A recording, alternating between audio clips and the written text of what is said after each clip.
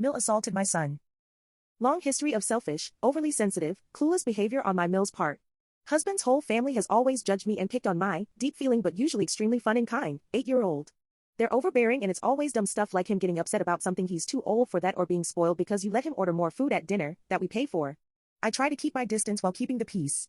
We are on a trip and last night my Mill was hovering over my son, telling him to eat over his plate, being her normal annoying self. My son was tired of it and said I am eating over my plate, old lady. Was it kind? No. Did he mean it as a fuck you? I don't think so. He said it fairly lighthearted and talks that way to my dad who has a sense of humor. Regardless, what happened next was shocking.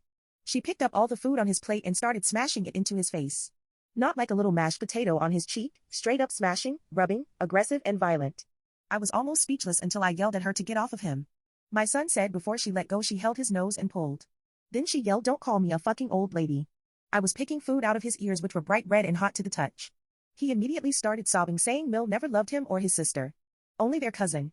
I know he's felt like this the entire time. She ran away to play the victim but later tried to talk to my son. I told her not to speak to him. I laid into her about everything.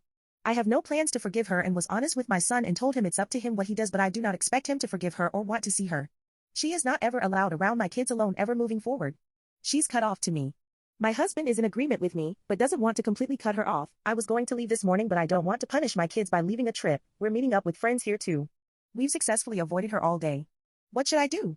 I feel like I'm compromising my morals by not going home. Go stay at a hotel away from her. And talk to the police. Mill needs to be held accountable. Curious, is your son your Mill's biological grandchild? I would press charges.